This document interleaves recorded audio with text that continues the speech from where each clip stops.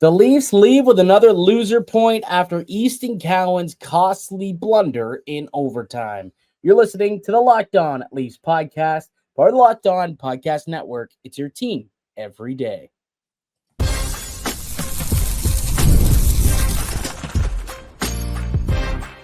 You're Locked On Maple Leafs, your daily podcast on the Toronto Maple Leafs. Part of the Locked On Podcast Network, your team every day.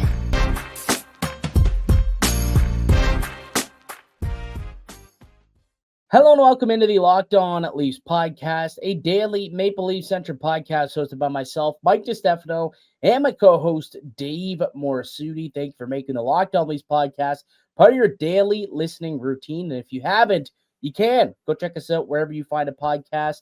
And you could also become part of the Everydayer Club. If you never miss an episode, it's time to make it official. Join the Locked On Everydayer Club and get ad-free audio, access to our members-only Discord, and more.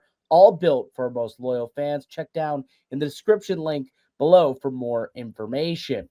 The Maple Leafs with a loss at home against the Detroit Red Wings. Pretty entertaining game from start to finish, I would say. Good pace, but ultimately the Leafs failed to close it out in overtime. Easton Cowan, a absolute gaff in OT, gives the puck up to Mo Seider. It ends up in the back of the net seconds later in Toronto. We said it was important for them to come away with 2 points in reg.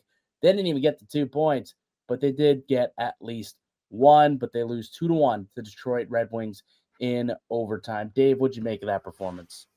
Yeah, just unfortunate how it kind of all played out. I thought, this was a better game than what we saw 2 days ago against the Minnesota Wild, but a lot of the things we said that they needed to avoid doing, they didn't listen to us and watch the show, because a lot of those mistakes came back to bite them. And it's unfortunate because a lot kind of, not just the overtime, but a lot kind of went wrong against them in this game, losing OEL to the injury. Third period, I thought it just seemed like at that point they were trying to play for the point, and this is what happens when you play for the point. You're going to unfortunately see yourself coming up kind of disappointed, right? When you don't get the full 2 points and you allow Detroit to get a point, which, I mean, if you're the Red Wings too, you allow the Leafs to also get a point.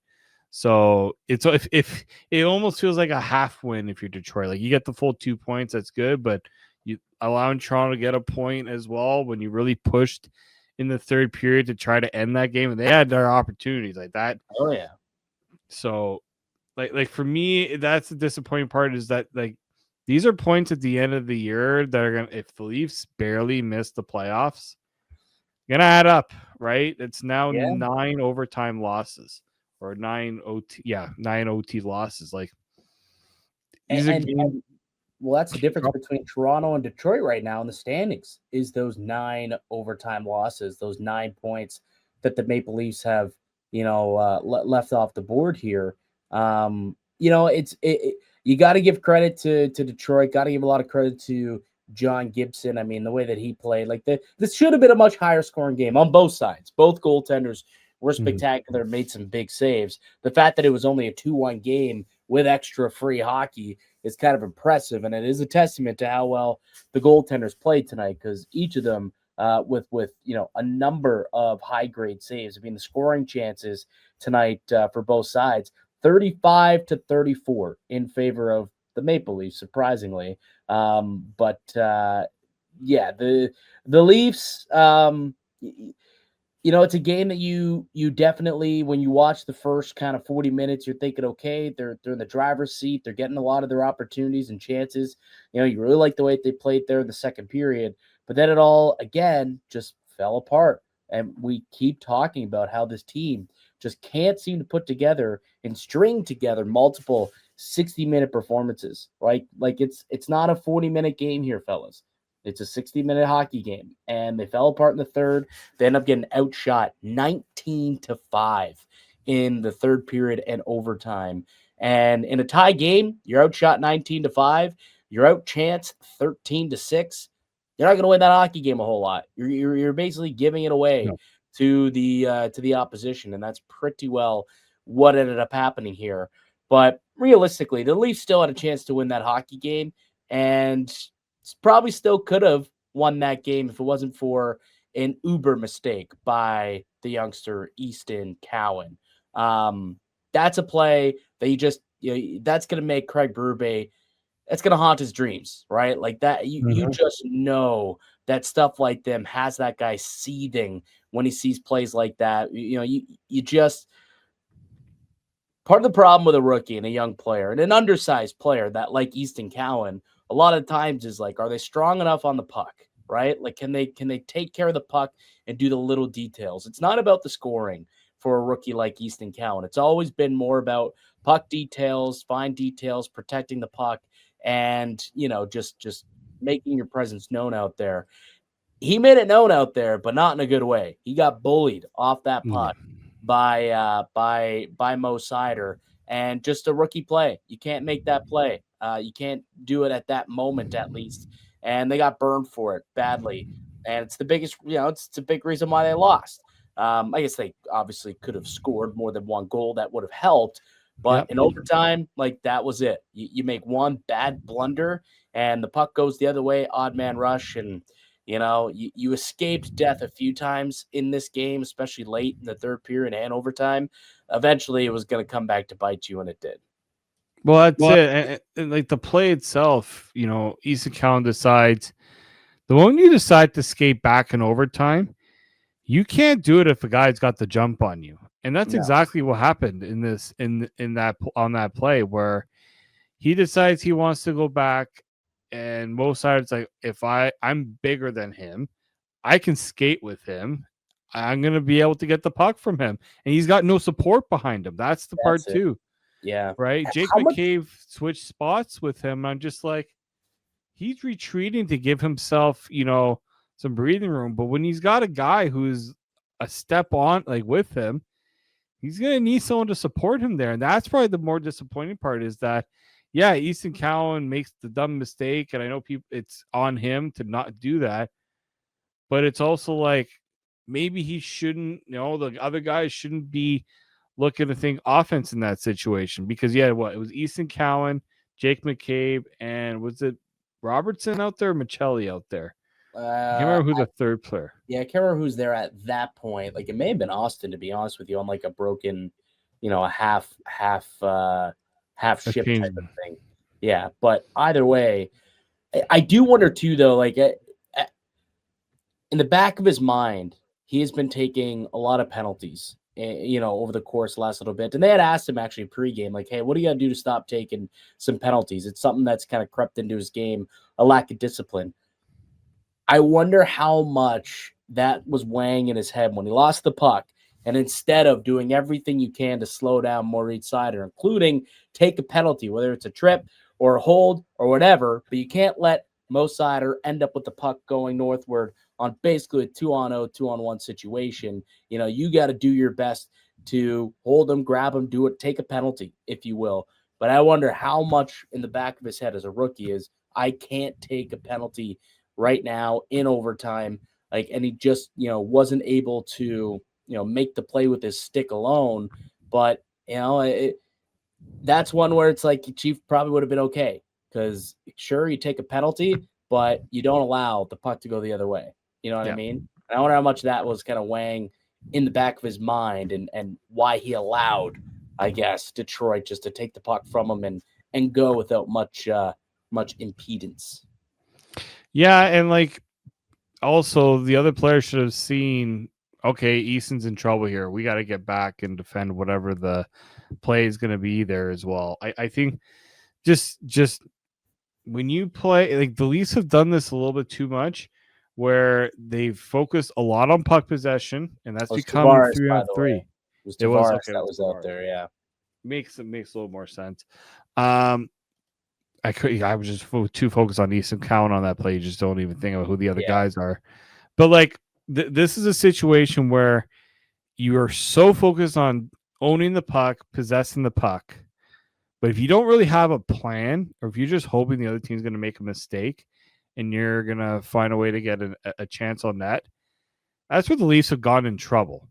And I do wonder also, they didn't have their two big overtime weapons, OEL and William Nylander.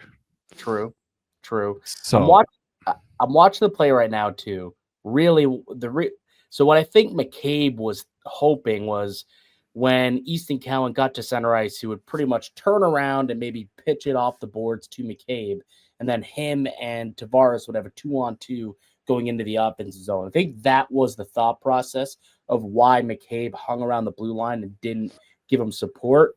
The problem is, when McCabe does that, at the same time, Mo Seider decides to jump the play, and then it kind of broke down from there. So you got to give some credit to Mo Seider for that one, but also like Easton Cowan, just got to be stronger on the puck. Ultimately, have to be stronger on the puck. And again, that's part of the problem that a lot of coaches have with young players and rookies and undersized players is stuff like this can happen. You could get bullied off the puck by bigger guys, and that's kind of exactly what happened, and it was costly for the Maple Leafs. They end up losing this one 2-1 in overtime. We'll come back. We'll get to the good, the bad, the ugly stemming from this game. And there's quite a bit of news around the NHL, including a new name atop of the Maple Leafs trade board, possibly. We'll get into that later on the next on the Locked On Leafs podcast, part of the Locked On Podcast Network. It's your team every day. Today's episode is brought to you by Gametime. There's nothing like being near the ice during hockey season. The speed, the hits, the atmosphere, it's unmatched. Watching at home is great, but being in the building is a completely different experience. The only thing that used to get in the way was actually buying the tickets. Long queues, endless screens, and the prices changing at checkout. It was all outrageous, and that's why the Gametime app gives you the advantage back to its fans. It's the hack for unlocking amazing NHL tickets and experiences in just a few taps. Pull up the Gametime app and check out the upcoming NHL games, and you'll be surprised how easy and fast it is to find great seats. The app is incredibly easy to use. Browsing, comparing, buying tickets takes just minutes, and the zone deals their clutch. You choose a section, Gametime will pick your seats, and you'll save even more money. You can get tickets for as low as $25 in select NHL cities, but what I really love, the fees, they're included up front, so you know exactly the price that you're going to pay. Take the guesswork out of buying NHL tickets with Gametime. Download the Gametime app, create an account, use code LOCKEDONNHL for $20 off your first purchase. The Golden Knights are coming to town. Mitch Marner returning to Toronto. Use our code LOCKEDONNHL for $20 off your first purchase. Try and get your tickets with Gametime. Create an account, redeem the code LOCKEDONNHL for $20 off. The Locked On Leafs podcast continues. Mike DiStefano, Dave Morassutti with you as we are each and every weekday, Monday through Friday, with brand new episodes of the Locked On Leafs podcast, free and available wherever you get your podcast. You can also subscribe to us for your daily Maple Leafs content on YouTube as well. The Maple Leafs with a 2-1 loss in overtime. Dylan Larkin, the captain of the Red Wings, called a game in OT from Moritz Seider. And the Red Wings pick up 2 points. The Leafs just 1. And now Detroit 9 points up on Toronto in the Eastern Conference standings and the Atlantic Division standings, realistically. In Toronto, with the loss, actually, did they end up climbing back into a playoff spot with the pity point? Don't believe so. Like, they're still on the outside looking in. They're a point behind Boston and 2 points behind Buffalo. Yeah, so Boston 58, Buffalo 59 points, the Leafs 57. So they had a chance. They had a chance to climb into a wild card spot, but failed to do so by only getting a singular loser point in this one. All right, Dave, we talked a lot about what we didn't like, the Easton Cowan, and that'll come up again once we get to the ugly. I can guarantee you that. What'd you like about tonight's game? Because there was some nice plays tonight that the Maple Leafs that the Maple Leafs had tonight, some players that I thought really had quality games. Yeah, I mean, I'll start with Joseph Woll. You know, there was some questioning, why go back to Joseph Woll? Craig Berube was asked about him, and it's just like he's our guy, right? Like, I know that giving up 5 in the last 2 games, it's not like they were bad teams that he gave up 5 goals to.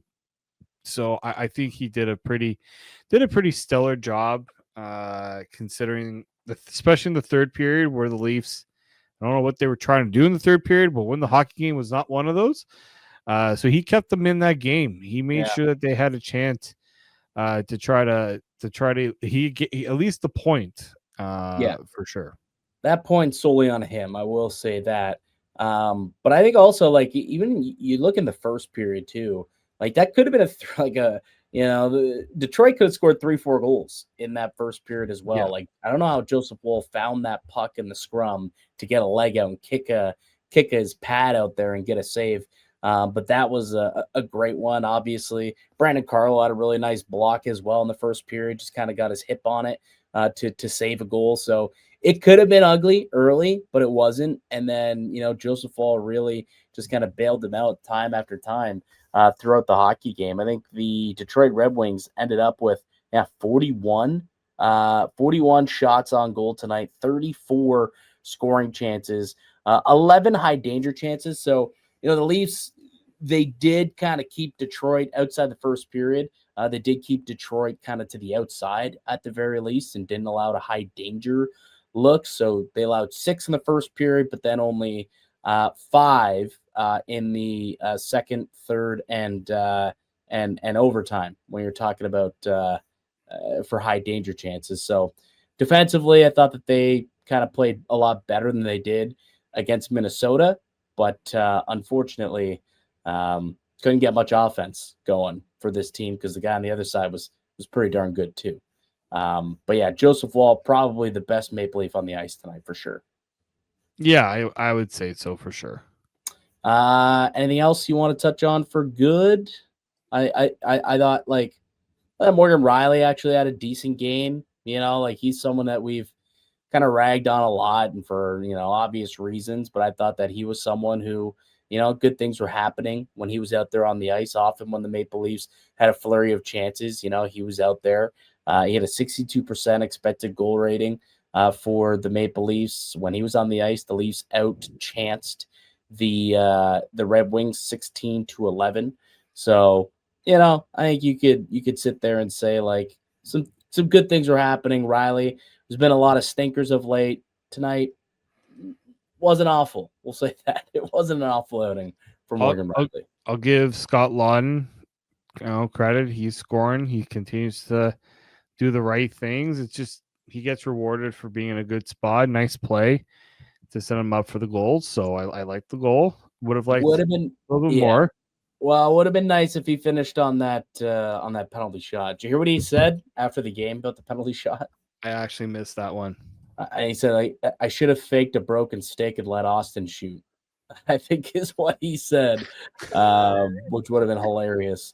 Obviously, it was a joke, and that's not what would happen. But, he acknowledged, like, should he have done the old clap bomb, his signature? Yeah, like you're like buddy mine, our buddy Austin's like he's like the Connor McDavid of just taking a clapper on the penalty shot. Just do that.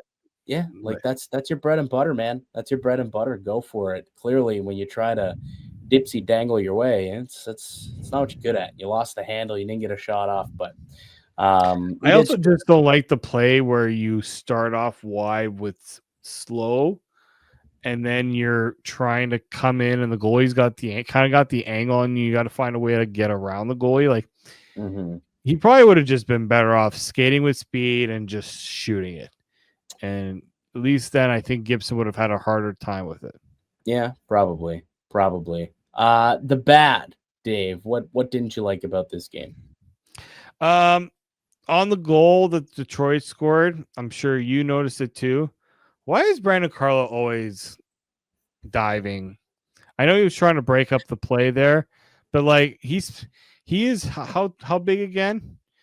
6'4", like he's a tower of a human being. He's a big dude. He's a tower of a human being.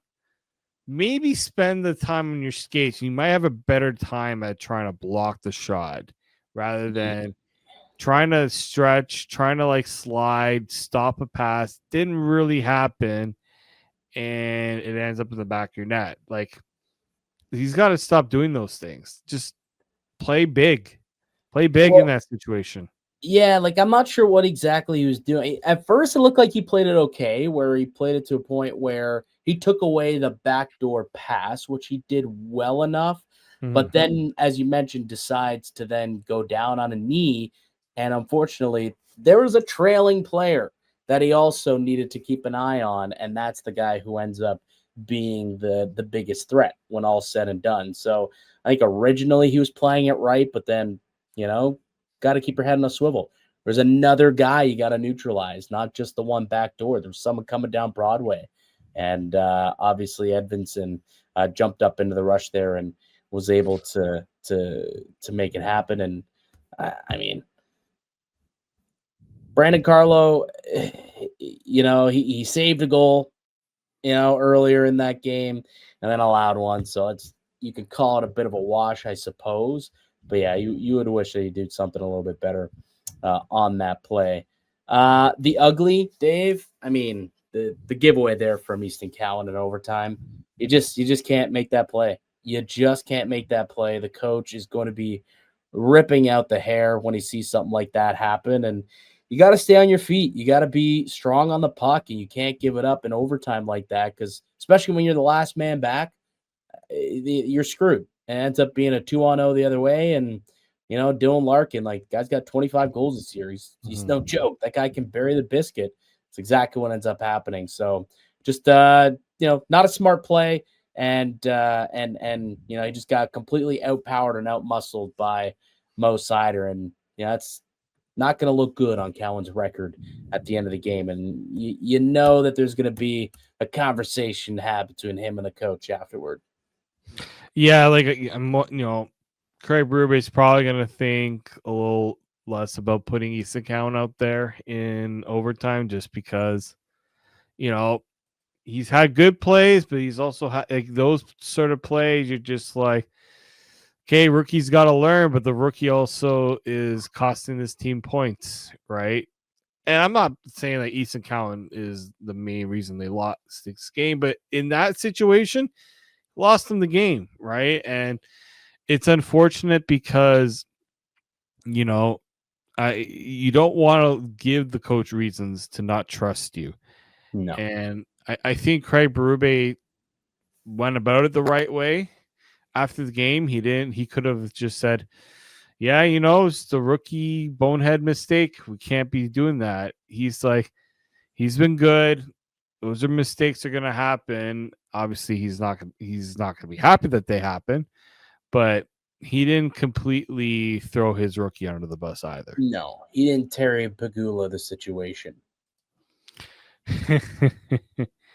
Yeah. What a wild press conference that was. Go check out Joe Marino and the Locked On Bills podcast to hear about that one. Boy, what a conversation. What a presser that was. But anyways, so we'll put a bow on tonight's game. Disappointing result that the Leafs played well enough. And they did pick up 1 point to kind of stay in the race, but also gave up an extra point to a team that they're trying to close the gap on. Didn't quite happen. It got widened by 1 against Detroit, and they end the season 0-4. They're swept by Detroit. The first time since 1996 that the Maple Leafs have been swept by the Detroit Red Wings in a 4-game season series. So I believe 96. Didn't Detroit win the cup that year? Either Detroit or Colorado. That was the year era where they were just trading cups back and forth. It was Colorado that year. Okay, Colorado. They were in the mix though. That was when Stevie Y. Yeah, that was just the time where it was both those teams were just stacked. It was Detroit, New Jersey, and Colorado. Those were the 3 teams winning cups for 6-7 years. Detroit only had 10 to 15 Hall of Famers on there. Yeah, exactly. All right, so put a bow on this one, and when we come back, we'll get an update on the OEL injury, if we can find one, and then some news and notes around the NHL, including a potential new trade target for the Toronto Maple Leafs. We'll get to that next here in the Locked On Leafs podcast, part of the Locked On Podcast Network. It's your team every day. Welcome back into the Locked On Leafs podcast. Mike DiStefano and David Morassutti with you as we are each and every weekday. And if you never miss an episode, it's time to make it official. Join the Locked On Everydayer Club and get ad-free audio access to our members-only Discord and more, all built for our most loyal Locked On listeners. You can click the link down in the description below and join our team's community. Be a part of the Everydayer Club, part of the Locked On Podcast Network. All right, Dave. So Oliver Ekman-Larsson did get hurt about midway through the first period. Really unfortunate injury. He'd been playing some rock solid hockey for the Maple Leafs this season. And, they've already got a brutal injury to Chris Tanev, which has him out for an undisclosed amount of time. Sounds like, hopefully it's not the injury isn't too long for Oliver Ekman-Larsson. Was there any update post game about OEL? Berube said they got to do more tests, and they'll have kind of more tomorrow. Just not good to hear that he needs further evaluation. Yeah, and if you're Team Sweden, if you're OEL, but also Team Sweden, you're like, that might not be good. Have you seen the list of injuries for Team Sweden to this point? Like Hedman and Leo Carlson, I believe, are already pretty much out of the playoffs or of the Olympics. I mean, William Nylander's got to get back soon, or else he may not play. Oliver Ekman-Larsson, we'll see what this injury situation is. Jonas Brodin was declared out for the upcoming Olympics. Like, Sweden's getting absolutely decimated, and hopefully OEL is okay and will be able to play at the Olympics and get back to playing for the Maple Leafs prior to that, obviously. But yeah, not an injury that the Maple Leafs wanted or needed at this point, where it's a really tough schedule, and now you're without Tanev and Oliver Ekman-Larsson.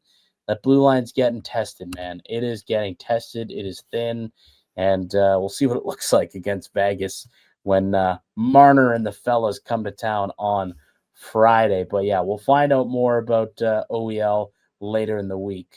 Okay, so elsewhere around the NHL, Darren Dreger, TSN Hockey Insider, was talking about some of the trade chips that are out there, some guys on the trade bait board, one of which, Nazem Kadri. And to no surprise, seems like the Maple Leafs are keeping tabs on Kadri's market. Does that surprise you at all, Dave? It doesn't, just because this is a player they've always kind of kept their eyes on. But again, you wonder how much is Toronto becoming like the new like it's like the Blue Jays, where this team, the Leafs, Jays are interested in this player. Price now goes up because if you don't want to pay, then Toronto's going to get him. Yeah, it seems like the Leafs are in on everyone, right? Like that's. Oh yeah, Braden Shen, Dougie Hamilton, Nazem Kadri. Leafs have all the assets to get all these done. Yeah. Do you want Kadri though? Like, is this like 2-3 years ago? Yeah, I think a reunion with Nazem Kadri made a lot of sense. But at 35 years old, I believe he still has like 3 more years left on his contract after this. At $7 million, is Nazem Kadri someone that the Leafs should be entertaining at this point in his career? The contract just does not suit, I think, what the Leafs are kind of looking. Leafs got to get younger. They can't, and this is why the whole Braden Shen situation last year. Boy, did the Leafs really dodge a bullet on that one, because if you look at how it's going with Braden Shen and in St. Louis right now, it ain't going so well. Like, age is catching up to him. I fear the same thing for Kadri. I mean, as a player and his personality, I think he's come a long way from his Leaf days. But $7 million a year for the next 3 more years after this one, that cap space can be better used elsewhere. And I think they have bigger needs than going to get. I get it. You want to improve your center depth. I totally get that. But I think you got bigger fish to fry than going out and getting a Nazem Kadri. If you're going to have to spend assets, maybe see if the Flames would even retain, which that ain't happening. They ain't doing the Leafs that sort of favor. So it's just too many red flags with a Nazem Kadri deal. Yeah, I think like last year or the year before that would have been the time to make that move, right? When it was rumored a couple years ago that the Maple Leafs were kicking tires on Kadri, but then it was, the leaf tax or the tree leaving tax, it was going to cost too much to get him, and ultimately no deal came to fruition, obviously.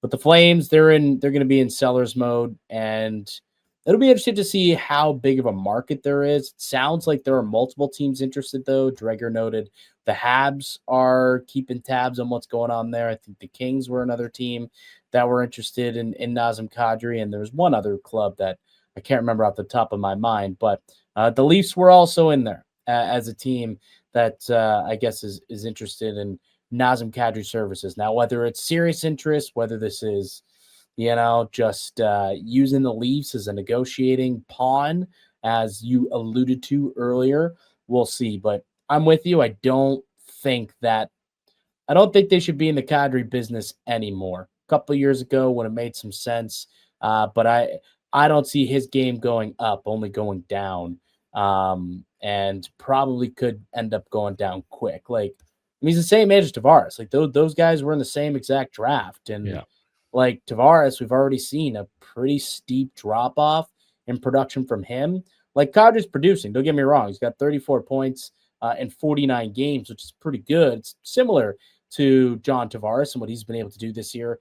But the goals are down, and, it just, if the skating ends up falling off, that's where you kind of have an issue when it comes to a guy like Kadri. Scored 35 a year ago, but just 9 so far this season. So you can already see the drop off. He's on pace for his lowest goal output since, what would this be, 2021, where he had 11 goals in 56 games. So his early years in Colorado, the last time that his goal scoring output was this low. So, yeah, we'll see. We'll see, but it's not a guy I would have too high on my list. Let us know your thoughts down below. Should the Leafs be interested in a Nazem Kadri? What are you willing to give up if you think that he is a fit for the Maple Leafs? The other thing I wanted to get into, two other things, the Buffalo Sabres. I don't know if you saw this. They signed Josh Doan, son of Shane Doan, to a mammoth contract, 7 years, $48.65 million, so just a hair under $7 million per season. That's a nice tidy contract for Josh Doan. And I don't know if you look back on that Peterka trade from last summer, but it's aging a lot better than we all thought it would, because Josh Doan is turning out to be a pretty good player there for the Sabres, and they got pieces on top of that. And like, I'm pretty sure Doan's outproducing Peterka this season to this point too. So pretty good piece of business there for the Sabres, and they get that kid locked up. But what I will say is another deal where I look at that and I say, man, happy to have Matthew Knies locked up for the term and the contract that he is. Because, like, again, guys like Josh Doan, like, great player, don't get me wrong. I think he's going to have a good career, but it's like, that would have made Knies more expensive. You know what I mean? Like, now you look at the Knies deal and you're like, okay, I think that was a pretty solid piece of work there from Brad Julie. But good on Josh Doan.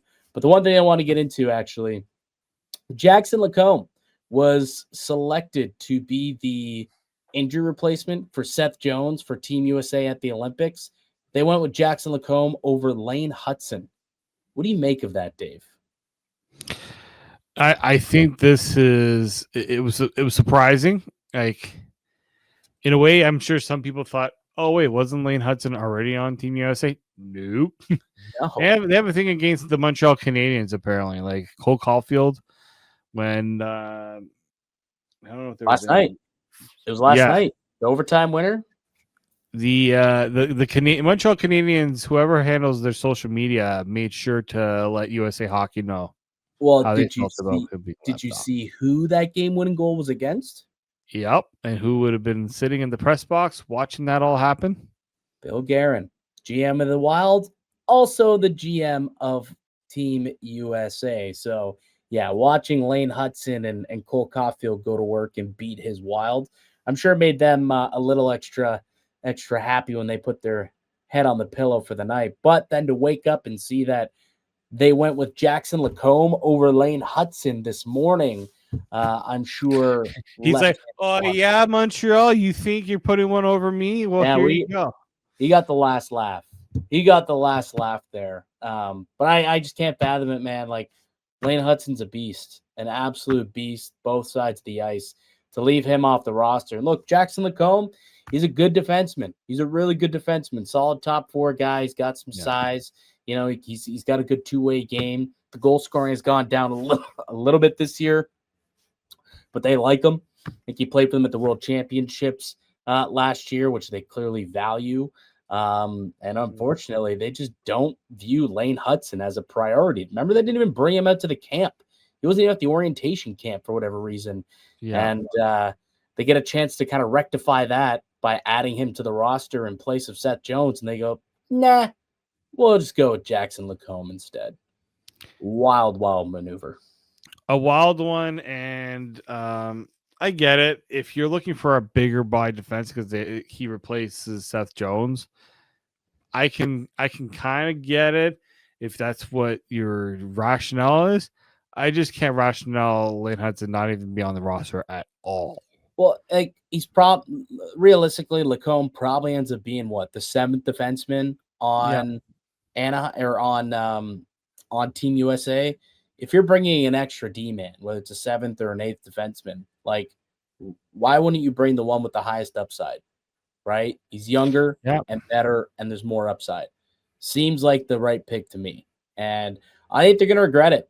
I think they're going to regret leaving Lane Hudson, Cole Caulfield, Jason Robertson. They're leaving a lot of goals on the board, a lot of points, a lot of production on the board by going with this, rough and tumble team. Like, you can't tell me that Jason Robertson deserves to be there over like JT Miller, or Vinny Trocheck. They just don't. They simply don't. But hey, not my team, not my country either. So, they can you guys do you, but don't come crying at us when Canada beats you again in the Olympics. Exactly. All right. I think that'll do it for us here today on the podcast. Yeah, that'll do it. I'd like to thank you all for listening and supporting the show. You can subscribe to the Locked On Leafs podcast on all platforms and receive daily Leafs content. Follow myself on Twitter at Mickey_Canuck. Follow Dave at D_Morassutti. And follow the show as well at Locked On Leafs. We'll be back with another episode for you guys tomorrow. It's a big one. The Vegas Golden Knights in town. And boy, oh boy, the Boo Birds will be loud for old Mitchie Marner when he steps onto the ice at Scotiabank Arena. We'll tee up that game on tomorrow's show. But until then, keep it locked right here on Locked On Leafs.